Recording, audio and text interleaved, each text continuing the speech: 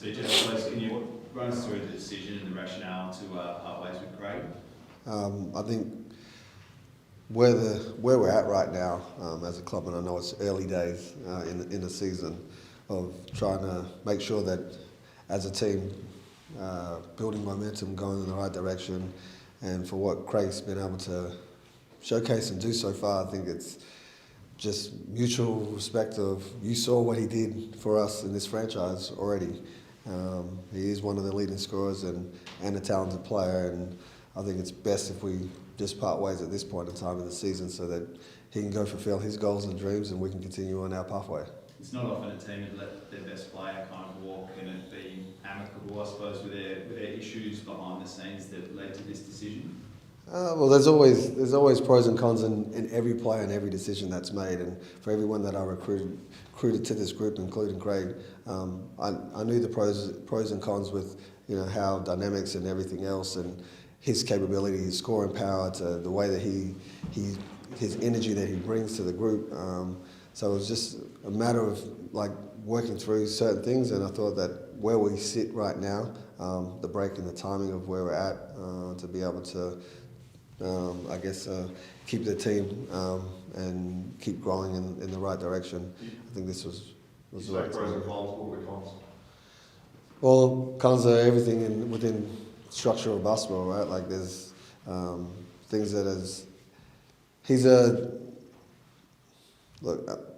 if I'm being honest, the kid is great. We all know he's talented, and we all got our things that we need to work on. And I think for every player, every human being, and when you talk about dynamics of a team, he played within the scheme of things and did everything well. And I like to think that between me and him that we're at peace at where we're both at. Is it true he was unhappy with his benching and that led to part of the animosity that we're at now? Look, I'd be unhappy if I'm benching. I've been playing the way that I've been playing too. I'm not saying that that's the only reason that this decision or where we're at right now, but overall, he wasn't happy with that, but that's not there. Yeah. Was there a specific incident, or was it a culmination of factors? It's always a number of things. You never go off one thing, and if you give everyone, you look at everyone's heart and what you got to try and make it work. For me as a coach, and like anyone that's got a new family member or you adopt someone, or as an organisation, you got to welcome everyone with open arms, and you got to respect everyone for who they are and understand how you join the dots and how everyone plays their role.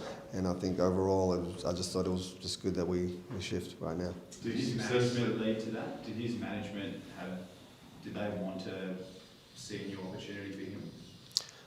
No, but I had plenty of phone calls, from the time that we came here and played pre-season games to going to the States and playing the way we did. My phone was ringing off the hook for him, not only here, overseas. They were calling and asking for, what's his release like, what can we do? And between me and him, he wanted to continue to be here, and I'm fielding all these calls, and I'm not, some I didn't tell his agent, some was just a matter of I'm respecting him and telling him because they keep coming to me, which my job is to actually coach this team. So by passing the message on, I thought I was doing the right thing, but ultimately, we're at this stage right now, and he'll get to go onto better pastures, and we'll continue our journey. So that win against the Suns didn't turn his head at all? That wasn't the beginning of the end? No, I think he's always wanted to be here and be a part of it, and he said that.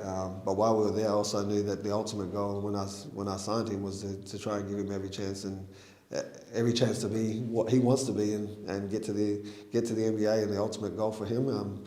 But he had other options to go elsewhere as well, and other opportunities to go elsewhere. But as it stands, he chose to come here and start our season off, and we did that. It does sound a little bit funny though, because you were saying you wanted to stay. Yes. But you wanted him to go.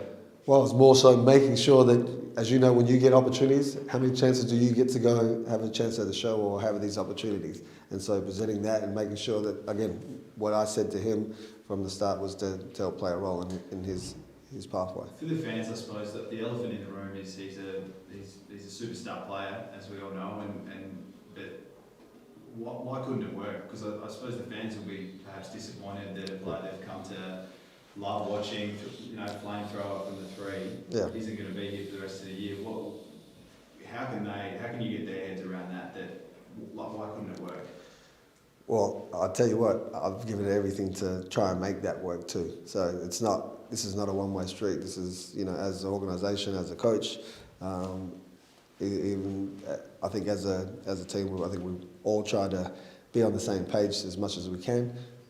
As you know, like you're the media, win or lose, right? So you understand about those and where the team sits, and from what we've been able to achieve in our pre-season to now, it's not rosy, but this is where the season is. Our league is very good and very talented, and everyone is now, he's getting outside noise from social media and everything else, and no different now, right? We're here talking about him, and ultimately I want to talk about the 36ers, and if I'm talking about the 36ers, then I'm good.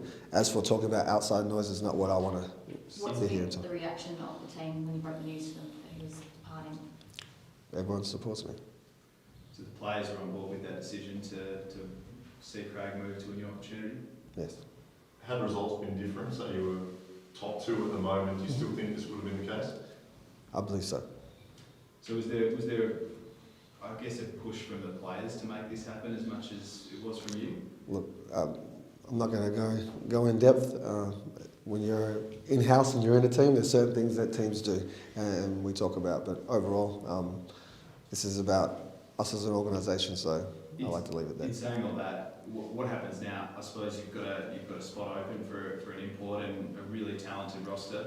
What do you look for another point guard to play that same role? Do you go with a different type of player? Right now, I need to focus on the group that we got and get them to play the way that the 36ers are supposed to play and the way that I envision them to, because clearly we've only seen glimpses of that at this point.